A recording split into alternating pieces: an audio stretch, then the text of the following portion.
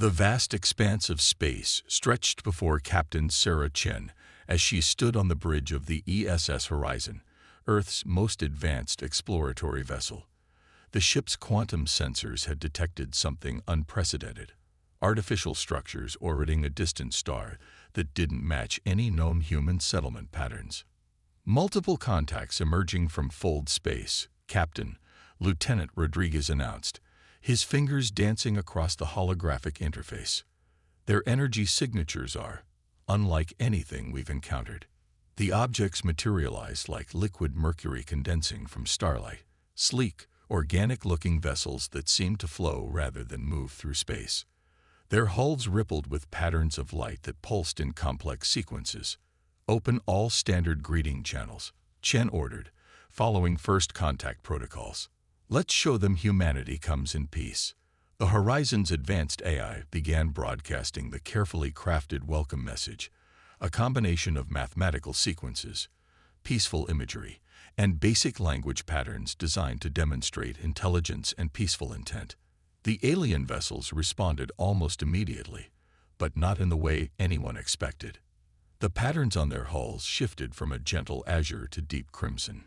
Tendrils of energy began coalescing around what appeared to be weapon ports. "They're charging weapons," Rodriguez shouted. "But wait, these readings don't make sense.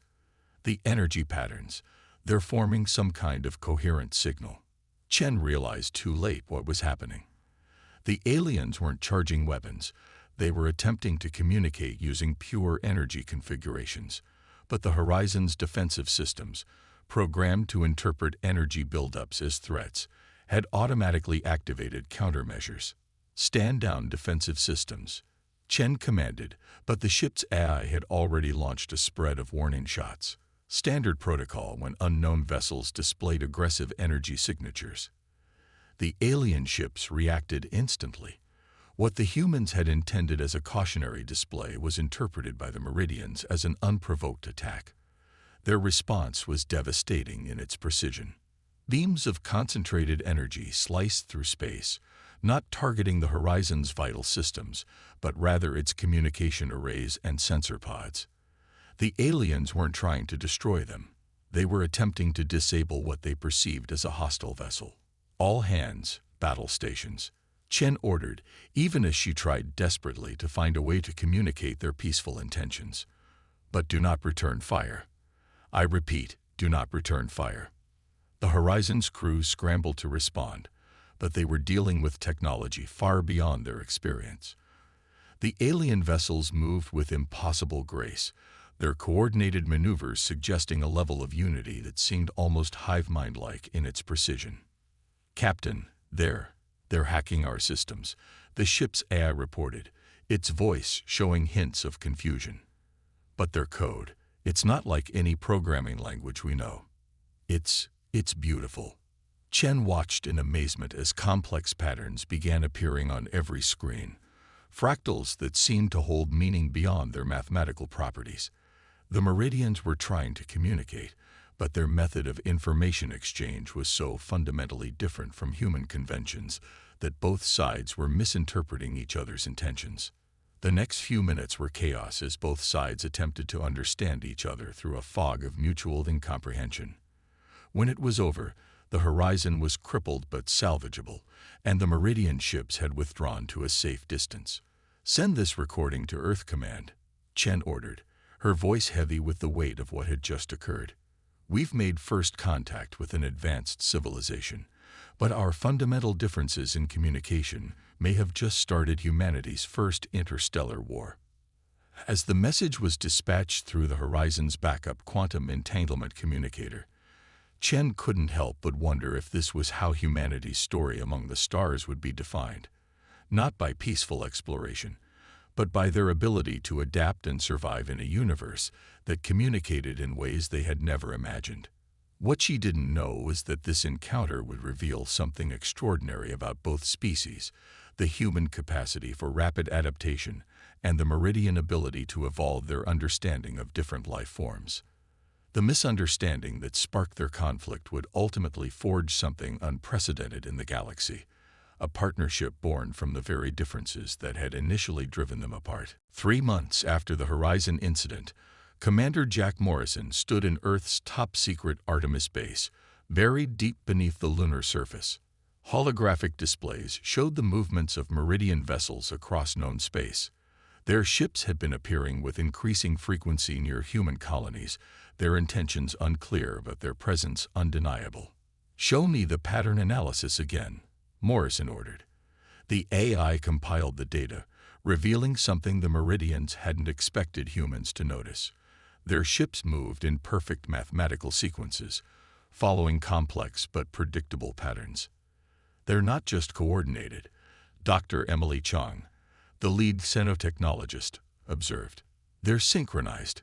Every movement, every maneuver follows precise mathematical formulas. It's beautiful, and it's their weakness." Morrison nodded. While the rest of Earth's military prepared conventional defenses, his team had been working on something different. Project Phantom wasn't about matching the Meridian's superior technology. It was about exploiting their fundamental assumptions about how space warfare should work. "Begin Operation Shadow Dance," Morrison commanded. Across the solar system, specially modified human ships powered up their experimental drives. These vessels were smaller than standard warships, stripped down to the bare essentials. What made them special wasn't their weapons or shields, but their ability to create localized space-time distortions. The Meridians had expected humans to respond with brute force. Instead, they encountered something unprecedented. Human ships would appear seemingly out of nowhere, their trajectories defying the mathematical precision the Meridians relied upon. By creating micro-fluctuations in space-time, the human vessels could briefly exist in probabilistic states, making their movements truly unpredictable. "Phantom Fleet, execute Pattern Sierra," Morrison ordered. The response came from Captain Maya Patel, commanding the lead ship of this unconventional force. Pattern Sierra confirmed, beginning chaos sequence. The human ships engaged a Meridian patrol near Saturn's rings. But instead of firing weapons, they began what appeared to be an elaborate dance. Each vessel moved in ways that seemed random but were actually carefully calculated to disrupt the Meridian's synchronized formations. The alien ships attempted to adjust, their energy patterns shifting as they tried to compensate for the humans' erratic movements. But their very attempt to find patterns in the chaos made them vulnerable. "They're trying to predict our movements using quantum probability calculations," Dr. Chang reported, watching the data streams. "But we're not using probability. We're using controlled chaos theory." The human ships darted through the Meridian formation, their unpredictable trajectories forcing the alien vessels to break their perfect synchronization. In space warfare, where fractional seconds determined survival, this disruption proved devastating. "Phase 2, Morrison ordered. "Deploy the resonance pods." Small devices ejected from the human ships, each generating frequencies that interfered with the Meridian's energy-based communication systems. The aliens had expected an attack on their ships. They hadn't prepared for an assault on their method of coordination. The Meridian formation began to falter.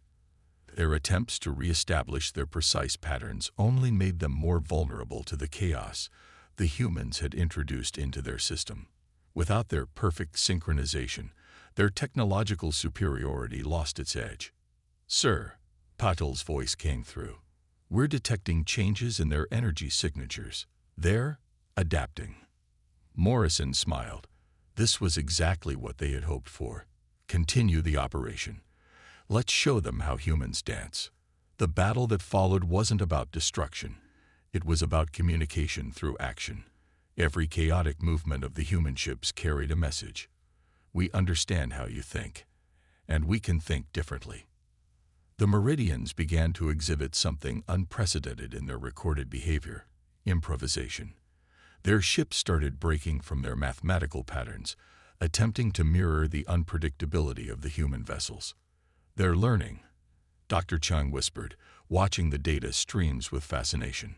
"And in learning to be unpredictable, they're becoming more human." As the engagement concluded, neither side had fired a single destructive shot. Yet the message had been delivered. The Meridians withdrew, but their retreat wasn't one of defeat. It was one of recalculation. "Send word to Earth Command," Morrison ordered. "The Phantom Fleet concept is proven. But more importantly, we've learned something crucial about our adversaries. They can adapt. They can change. And that means we can find a way to understand each other," Dr. Chung finished. "We just have to learn to speak their language. The language of patterns and chaos, mathematics and uncertainty." As the Meridian ships disappeared into fold space, Morrison couldn't help but wonder what they would learn from this encounter. Humanity had shown them something they had never encountered before: the power of controlled chaos, the strength of unpredictability.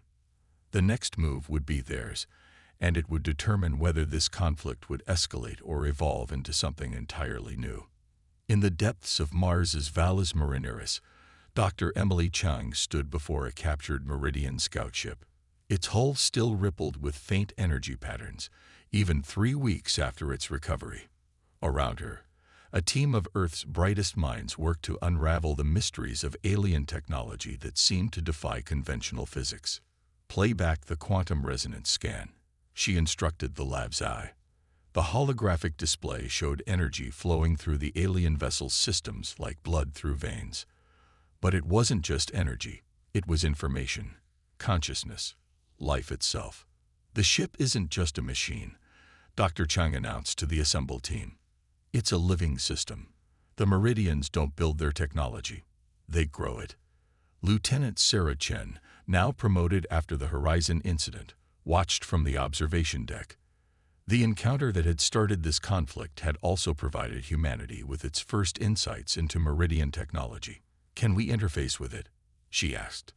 Dr. Chang's eyes lit up with excitement. "Better. We can learn from it. The ship's neural pathways are adaptive. Every time we interact with it, it tries to understand us, just as we're trying to understand it." The breakthrough had come when they stopped treating the Meridian vessel as a machine and started treating it as a living entity. The ship's systems weren't programmed. They were taught, grown, evolved. "Initialize the quantum bridge," Dr. Chang ordered.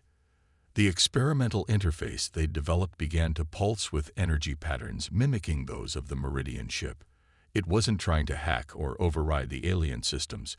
It was attempting to communicate with them. The ship's hull patterns shifted from dormant blues to active purples. "It's responding," one of the scientists called out. "The neural pathways are reconfiguring themselves." What happened next exceeded their wildest expectations. The Meridian vessel didn't just accept their attempts at communication. It began to teach them. Complex mathematical equations and energy patterns flooded their quantum computers, not as raw data, but as living mathematics that evolved and adapted as they studied it. "This isn't just technology," Dr. Chang breathed, watching the patterns unfold. "This is art, science, life, all merged into one." But humanity didn't just learn, they innovated. While the Meridians had perfected the art of growing technology, humans excelled at combining different approaches in unexpected ways.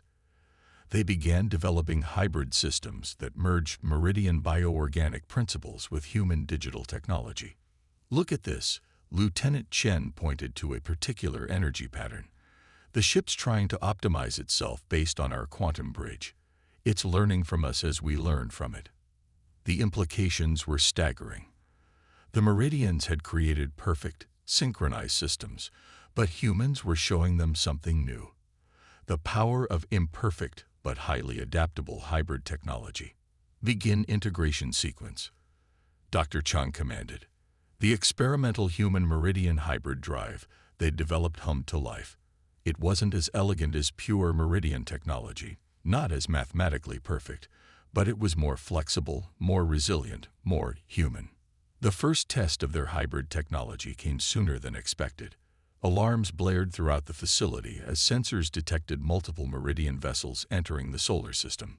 "They're not here to attack," Lieutenant Chen realized, studying their movement patterns.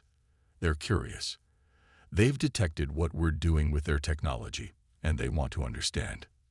The hybrid drive's energy signature pulsed in a pattern that was neither purely human nor purely meridian. It was something new, a bridge between two fundamentally different approaches to technology and life itself. Send them a signal, Dr. Chung decided. Not in our language or theirs, but in this new hybrid form we've created. The message they transmitted was unlike anything either species had sent before. It contained elements of human creativity and meridian mathematical precision, digital code and organic growth patterns, chaos and order intertwined. The response from the meridian vessels was immediate. Their hull patterns shifted through colors humans had never seen them use before, expressing something that needed no translation. Recognition. They understand, Lieutenant Chen said softly. We haven't just adapted their technology. We've shown them a new way of thinking about it. Dr. Chung nodded, watching as the hybrid drive's patterns synchronized briefly with the meridian ships before shifting into its own unique rhythm. This is just the beginning. We're not just learning to use each other's technology. We're creating something entirely new, something that could change both our species. As the meridian ships maintained their position just outside Mars' orbit, neither advancing nor retreating, humanity had proven something crucial. They could do more than just adapt to advanced alien technology. They could improve it, combine it with their own innovations, and create something that neither species could have developed alone. The war that had begun with a misunderstanding was evolving into something unprecedented, a technological and cultural exchange that would reshape both civilizations' understanding of what was possible. Admiral James Chen watched from the bridge of the ESS Prometheus as the largest fleet humanity had ever assembled moved into position near Jupiter's orbit. The massive gas giants' swirling storms seemed to mirror the tension building in space. Their sensors had detected an unprecedented gathering of meridian vessels approaching the solar system. All ships report ready, Commander Morrison announced, his holographic form flickering beside the Admiral. The hybrid drives are functioning at optimal levels. The human fleet was unlike anything that had come before. Each ship incorporated the lessons learned from studying meridian technology, but with distinctly human innovations. Their hulls pulsed with bioorganic energy patterns while maintaining the rugged, practical design humanity preferred. Multiple fold space ruptures detected, the sensor officer reported. Meridian fleet emerging. Sir, these readings can't be right. But they were. The Meridian fleet that emerged was massive, but it wasn't arranged in their usual perfect formations. Their ships moved with a new fluidity, showing signs of the unpredictability they'd learned from human tactics. They've been studying us as much as we've been studying them, Admiral Chen realized. This isn't just a battle, it's a test. The Meridian fleet's leading vessels transmitted energy patterns that pulsed with both mathematical precision and chaotic variations. They were communicating in a new way, combining their natural patterns with elements of human unpredictability. Send the response, Chen ordered. The human fleet activated their hybrid communication systems, broadcasting patterns that merged digital signals with bioorganic pulses. For a moment, space itself seemed to resonate with the exchange of information between the two civilizations. Then everything changed. A third fleet emerged from fold space, ships of unknown design, their technology completely foreign to both humans and Meridians. They attacked without warning or attempt at communication, their weapons targeting both fleets indiscriminately. Multiple hits reported across the fleet. Morrison shouted, "These weapons, they're somehow disrupting both our traditional systems and the hybrid technology." The Meridian fleet's perfect formation dissolved as they faced this new threat. Their attempts to establish their usual synchronized patterns were met with devastating counterattacks from the unknown enemy. Admiral Chen watched as both fleets took heavy losses, but he also saw something extraordinary beginning to happen. Without any explicit coordination, human and Meridian ships began moving in concert, adapting to each other's tactics in real time. All ships, execute pattern Omega, Chen commanded. It was a desperate gambit.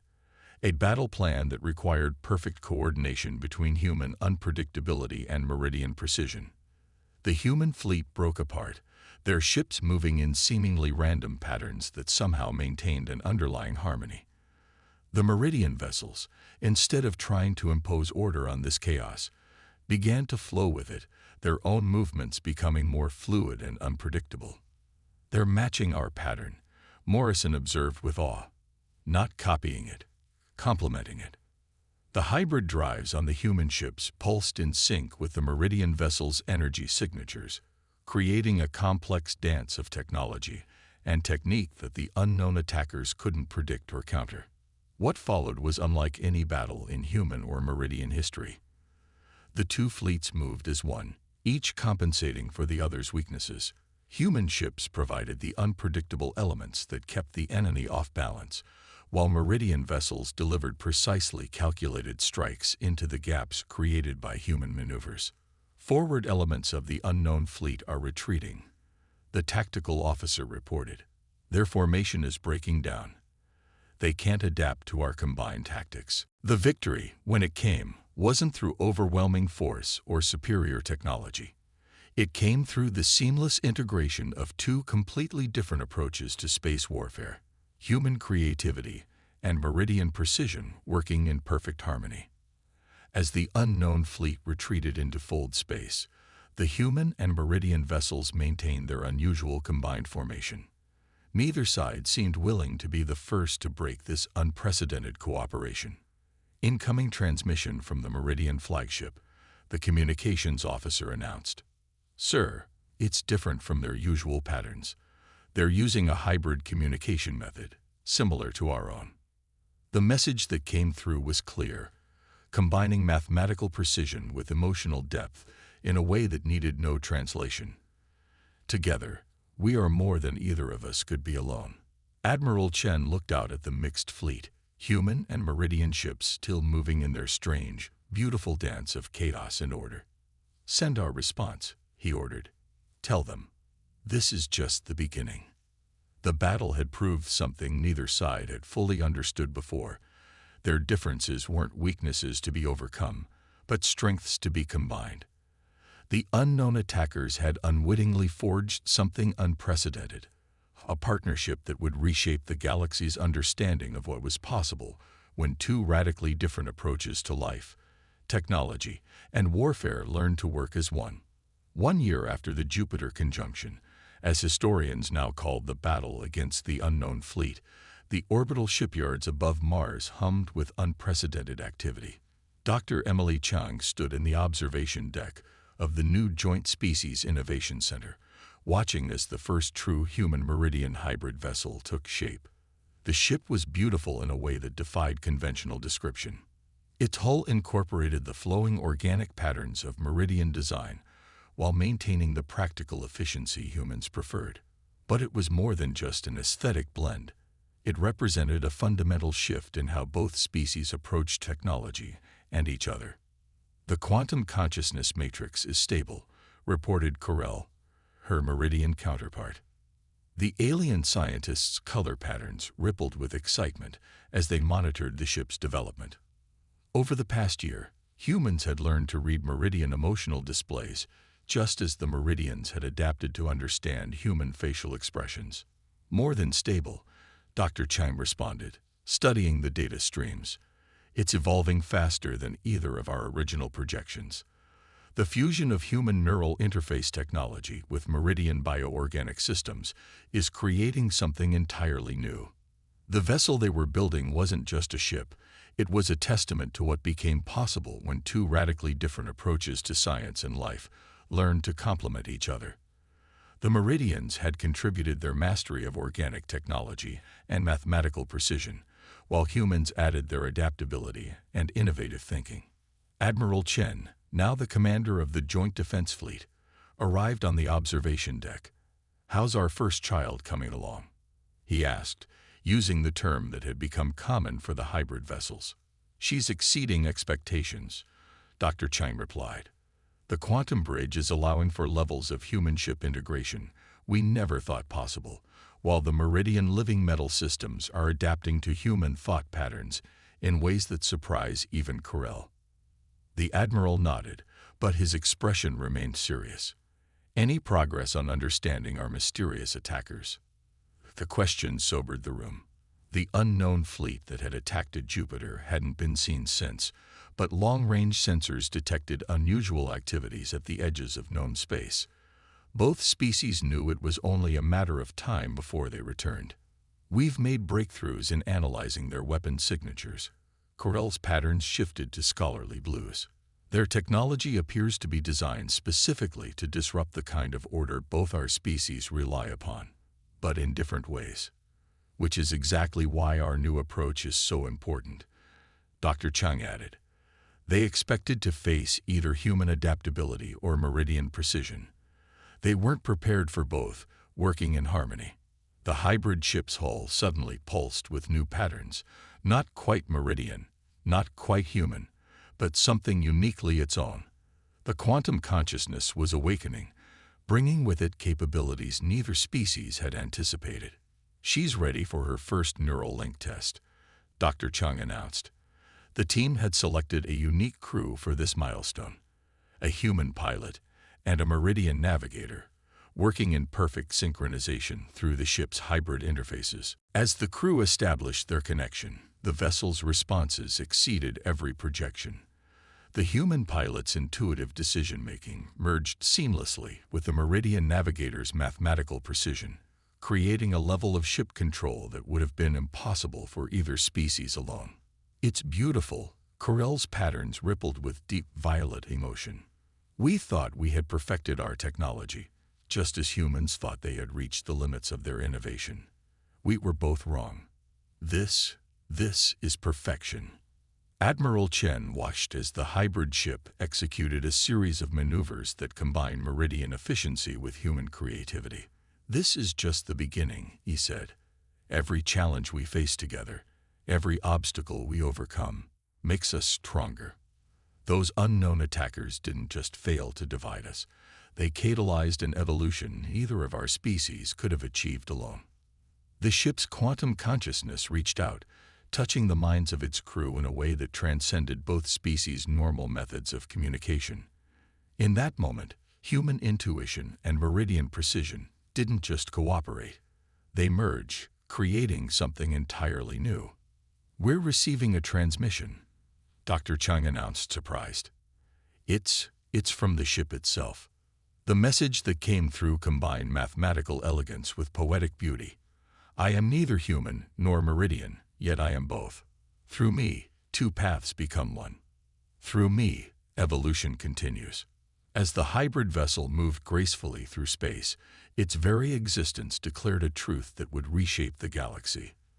The greatest strength comes not from perfecting one way of being, but from learning to combine different approaches into something greater than the sum of its parts. The unknown threat still loomed at the edges of space, but neither humans nor meridians feared it as they once might have. They had learned that their greatest weapons weren't their ships or their technology, but their ability to grow, to change, and to become something more together than either could be alone. The future was uncertain, but it was bright with possibilities that neither species could have imagined before they learned to see the universe through each other's eyes. And somewhere out in the darkness between the stars, their mysterious attackers would soon learn what became possible when humanity's creative chaos and meridian precision danced together in perfect harmony.